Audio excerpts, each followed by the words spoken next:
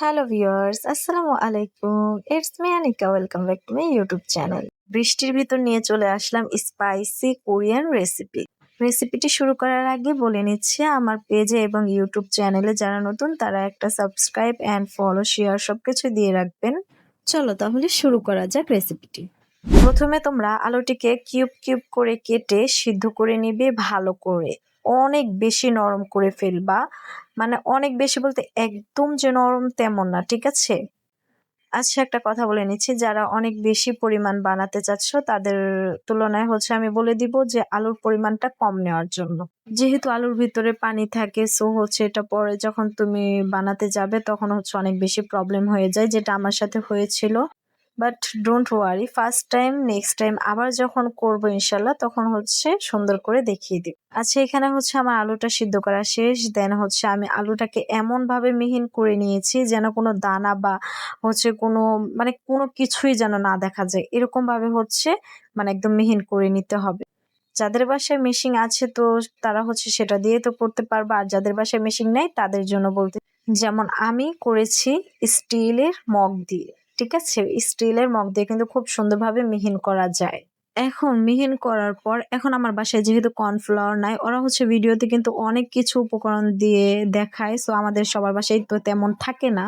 So আমি চেষ্টা করি একদম সহজ পদ্ধতিতে কিভাবে কি তৈরি করা যায়। যেহেতু আমাদের বাসায় কর্নফ্লাওয়ার নাই তার জন্য আমি এখানে ময়দা দিয়ে নিচ্ছিলাম। তোমরা চাইলে ময়দাও অ্যাড করতে পারো, তোমরা চাইলে আটাটাও অ্যাড করতে পারো, সাথে একটু নুনও অ্যাড করবা তোমরা।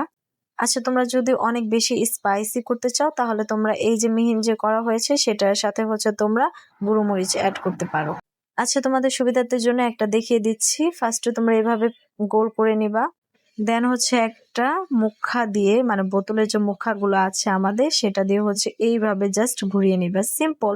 মানে কোরিয়ানরা যে এত এত ভালো রেসিপি তৈরি করে মনে হয় না জানি অনেক কষ্টের, বাট ভালো করে যদি তোমরা একটু খেয়াল করে দেখো তাহলে দেখবে এগুলো কিন্তু কোনো ব্যাপারই না, ঠিক আছে?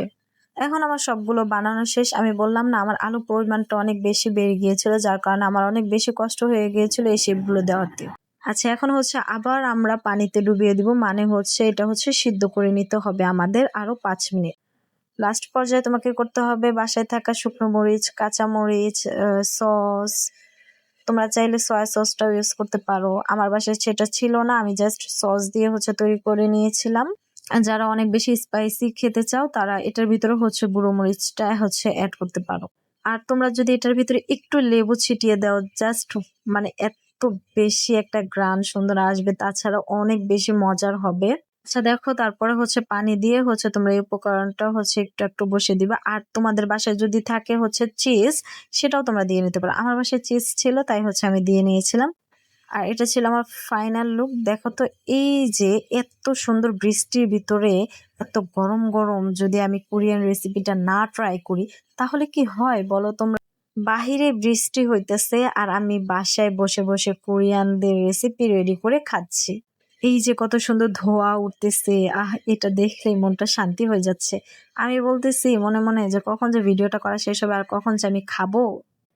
যাই হোক, আমার এই ভিডিওটা যদি সবার ভালো লেগে থাকে অবশ্যই একটা লাইক, কমেন্ট এন্ড শেয়ার করে দিবা। আসসালামু আলাইকুম।